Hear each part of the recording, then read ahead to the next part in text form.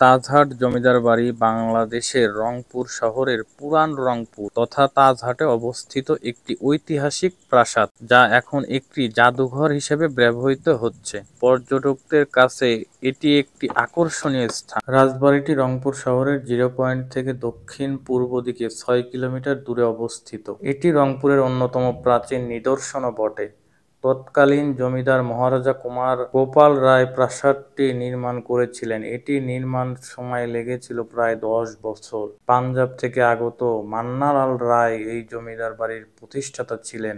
পেশায় তিনি ছিলেন একজন স্বর্ণকার। উত্তরাধিকারী গোবিন্দলাল ১৮৭৯ সালে এই জমিদার বাড়ির মালিক হন এবং পরবর্তীতে তিনি ১৮৮৫ সালে রাজা এবং ১৮৯২ সালে রাজা বাহাদুর হন এবং পরবর্তীতে ১৮৯৬ সালে মহারাজা উপাধি অর্জন। বিশাল এই প্রাসাদটি পূর্বমুখী এবং দোতলা বিশিষ্ট।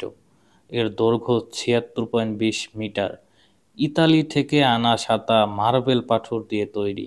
প্রায় ২১০ ফুট প্রশস্ত প্রাসাদটি ৪ তলা ভবনের সমান উঁচু এবং সামনে রয়েছে বিশাল মাঠ। দুপাশে রয়েছে পুকুর এবং সারি সারি গাছ। এই ভবনটি ঢাকার আহসান মঞ্জিলের আদলে তৈরি। ১৯৮৪ সাল থেকে ১৯৯১ সাল পর্যন্ত প্রাসাদটি বাংলাদেশ সুপ্রিম কোর্টের আঞ্চলিক কার্যালয় হিসেবে ব্যবহৃত হয়। পরবর্তীতে প্রত্নতত্ত্ব বিভাগ বাড়িটি ১৯৯৫ সালে ঐতিহাসিক স্থাপনা হিসেবে ঘোষণা করে। ঐতিহাসিক তাজহাট জমিদার বাড়িটি সাপ্তাহিক রবিবার ছুটি হিসেবে বন্ধ থাকে এবং সোমবার অর্থ দিবস বন্ধ থাকে। দর্শনার্থীদের প্রবেশ মূল্য মাত্র ৩০ টাকা, তবে হাই স্কুলের ছাত্রছাত্রীদের জন্য প্রবেশ মূল্য মাত্র ১০ টাকা। বিদেশিদের জন্য প্রবেশ মূল্য ৪০০ টাকা। এখানে শিশুদের জন্য বিনামূল্যে প্রবেশের সুবিধা আছে। পরিবারের সবাই মিলে শিশুদের সহ আপনারা এখানে আসতে পারেন এবং উপভোগ করতে পারেন। ঐতিহাসিক স্থান উপভোগ করতে পারবেন এবং একটি জাদুঘর আপনারা দেখতে পাবেন। শিশুদেরকে দর্শনীয় স্থান সম্পর্কে আপনারা জানাতে পারবেন। সুন্দর এবং মনোরম পরিবেশ,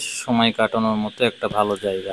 রংপুরে আপনারা আসলে তাজহাট জমিদার বাড়ির পাশাপাশি রংপুর চিড়িয়াখানাও দেখতে পারবেন, এটা প্রায় পাশাপাশি। ঐতিহাসিক জমিদার বাড়িটি দর্শনীয় স্থান হিসেবে গ্রীষ্মকালীন সময়ে সকাল ৯টা থেকে সন্ধ্যা ৬টা পর্যন্ত খোলা থাকে এবং শীতকালীন সময়ে সকাল ৯টা থেকে বিকাল ৫টা পর্যন্ত এটা খোলা থাকে। আপনারা আসলে অবশ্যই সময়টা মেনটেন করে আসবেন, না হলে সময় শেষ হয়ে গেলে এটা বন্ধ হয়ে যাবে। আমরা একদিনে রংপুর চিড়িয়াখানা, তাজহাট জমিদার বাড়ি এবং চিকলি ওয়াটার পার্ক ৩টা জায়গায় ঘুরেছিলাম।